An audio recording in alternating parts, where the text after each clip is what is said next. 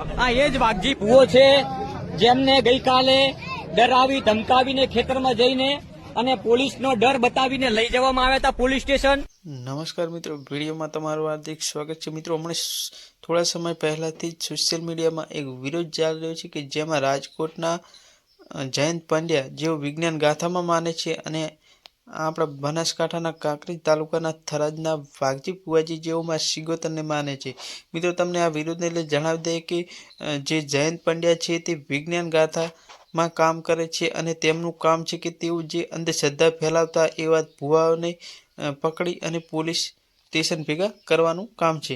મિત્રો, તેમણે થરાદમાં આવી આ વાઘજી ફુવાજી છે તેમની સાથે મુલાકાત કરી અને તેમને પોલીસ સ્ટેશન પર લઈ ગયા. મિત્રો, તેમને ખોટા સાબિત કરવા માટે તેમણે ઘણા પ્રયાસો પણ કર્યા છે.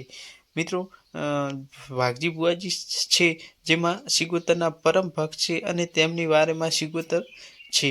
મિત્રો, લોકોનું એવું પણ કહેવું છે કે જયંત પંડ્યા ખોટો છે અને આ વાઘજી ફુવાને ખોટી રીતે હેરાન કરે છે. માં સિગોતરના પરચા તેમણે જોયેલા છે.